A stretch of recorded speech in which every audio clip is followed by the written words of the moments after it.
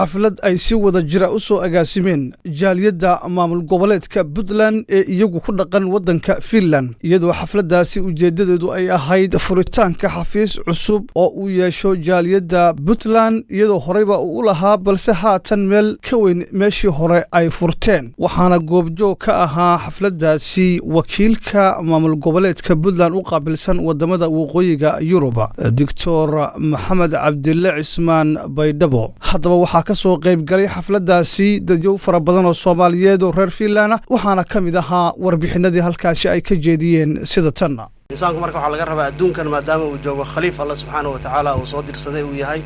inuu mar walba ku dadaalo la yimaado waxa wanaagsan inuu ka shaqeeyo walidaalika hadda waxaynu meesha isugu nimid waa wax wanaagsan weey waxyaabaha looga badbaadi karo khasaarada ayay ka mid tahay in bulshadu intay isu yimaadaan ay yiraahdaan maxaynu bulshada ku kordhin karnaa maxaynu qabsan karnaa waxa ay tahay waxyaabaha wanaagsan ee Allah subhanahu wa ta'ala loogu dhawaanayo laakiin markaada waxba qabanin cidina wax ka ama sheegayso anigu halka waxaan u horta waa markii ugu horeysay aan imaado magaalada Helsinki ee Finland waxa la doortay kiilka Puntland ee u fadhiyay dalalkan Scandinavia dad badan oo Soomaaliyeed oo ka yimid Puntland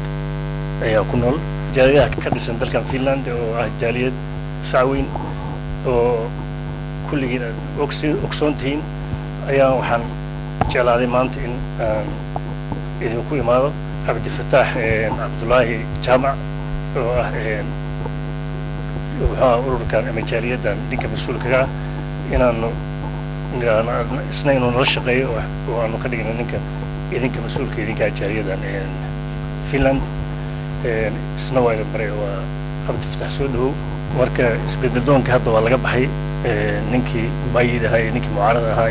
nin kasta waa uu soo dhaweeyay waa soo dhaweynaya waliba jaaliyadaha qurbaha qoliyaha diasporada inay doorkooda ka soo baxaan sababta dadka gudaha ku jira ee aad bay u dadaalayaan marka hore waa idin salaamay salaan kadibna aad baan maaragtay idinkaga mahad celinayaa xafladan furitaanka aan ka qayb galno meeshan gurigan cusub ee Puntland ay maaragtay yeelatay jaaliyadda Puntland aad baan maaragtay ugu faraxsanahay in maanta aan maaragtay 24 sano ka bacdi interestkeena aan dib u raadino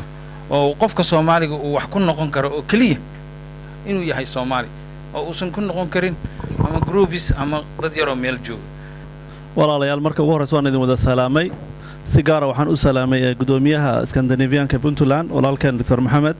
si gooniya waan uga mahad celinaynaa sharaf weyn oo inoo tahay in nagula casuumay kulankan lagu daahfurayo xarunta cusub Puntland Community Aro walaalka Cabdi Fataax iyo ragga kala shaqeeya waxaan xusuustaa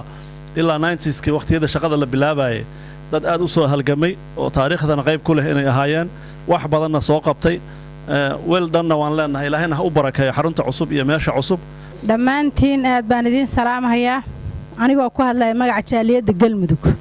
waxaan aad ugu faraxsanahay xafiiskan cusub oo ay fureen jaaliyadda Puntland marka waxaan rajaynayaa awalba haduu ahaa xafiis Soomaaliyeed haddana inaan loo arkin xafiis qabiil furtay ee loo arko inuu yahay xafiis Soomaaliyeed waxaan aad iyo aad ugu faraxsanahay oo idinku mahad celinayaa marwooyinka iyo mudanayaasha nagala soo qayb galay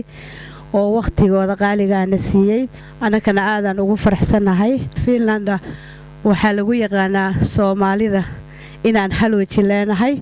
oo meel kastoon iskugu yeerana aan si wada jira ugu wada imaano sidoo kale waxa isna halkaasi ka hadlay gudoomiyaha jaaliyadda Puntland Cabdi Fataax Janagale waxaana warbixinadiisii kamid ahaa sida tan ragii dumar halka ay timaadeen aad baan ugu faraxsanahay xaqiiqdii inaad nala qaadataan xafladan maanta aan ugu talagalnay inaan ku furno xafiiskan cusub aan soo kornay waxaan horta idin sheegay kaliya laba arrin weey xafiiskan waa xafiis Soomaaliyeed weey waa xarun Soomaaliyeed weey annaga waxaan haysanay meel 20 mitir ah oo bariga Helsinki ku taalay xarun Soomaaliyeed bay ahayd waagii hore xilligii faraacinta Soomaaliya dhulka Puntland loo yaqaanay marka waa meel Soomaaliyeed weey cid kale ma jirto waa gurigeena weey rag iyo dumarba waa idin furan tahay hadii Ilaahay raado وحل عليه مسار تانكيه علمله وعبدي فتح باغن مياني أولو هولو بلا هبيا وحونا قبايا دين تبا حداله ومد بنان تاغانيو بيني وهدمان باها بايلي يو قبيل ولدو منايا إقارو مدحتو يدي بلغاها عالماضي يا الله بارك يا الله باسكك حجاب محمد بشير أو محمد تلفزيون كعالمي Somali Journal Helsinki Finland